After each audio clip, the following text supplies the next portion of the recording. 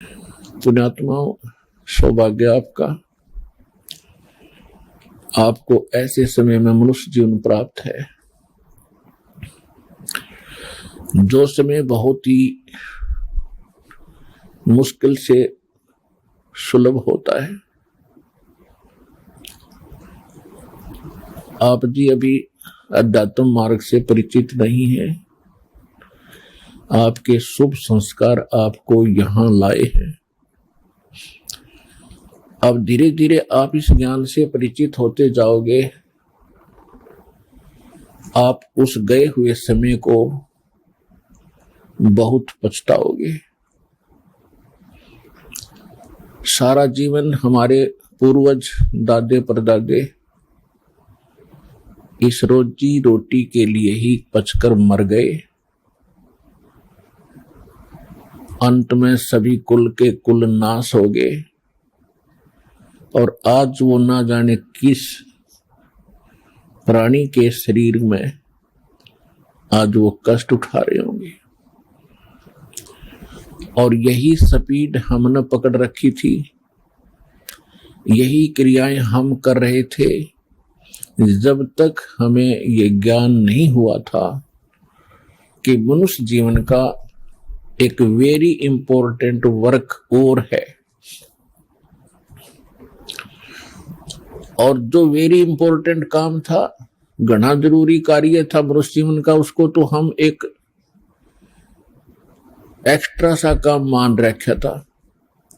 6 महीने में कभी चले गए अपने इष्ट धाम में, कोई त्योहार आया उस दिन कोई प्रसाद बना लिया और खा लिया,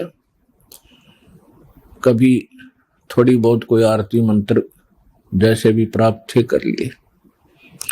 ये न तो कोई भक्ति थी, क्योंकि शास्त्र विरुद्ध होने से वो भक्ति भी नहीं थी, और न ही हमारी विशेष रुचि थी। आत्मा परमात्मा के बिना तड़पती रहती है, इसलिए वो कभी अंगड़ाई लेती थी तो काल ने ये 36 जाल बना रखे हैं। कोई तीर्थ बना दिया, कि तो मंदिर बनवा दिया, कहीं पर ये नकली संत बैठा दिए हुआ बाई बकने वाले, तो हम वहां जाकर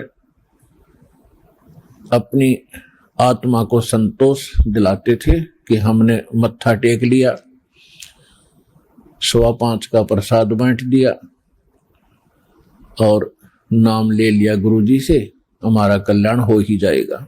ऐसा नहीं था। ये सब काल की भूल भुलैया और हमारे अध्यात्म अज्ञान का ही परिणाम था। तो यहां आने से आपको सबसे पहले अध्यात्म ज्ञान से परिचित कराया जाता है।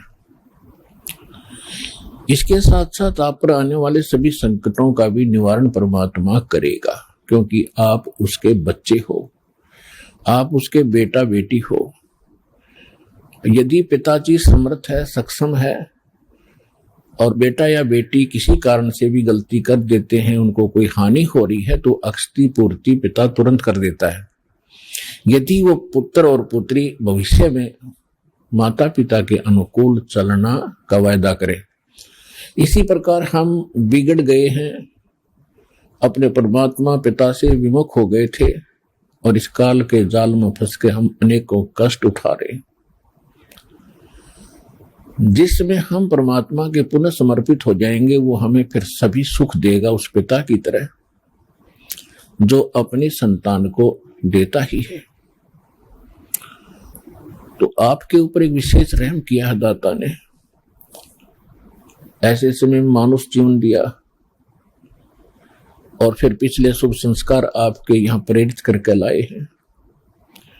यहाँ पर कोई भी पुण्यात्मा भले ही कोई किसी रोग के कारण आया है, कोई अन्य संकट निवारण के लिए ही यहाँ पहुंचा है, उसके लिए वो दुख, वो कष्ट, वो संकट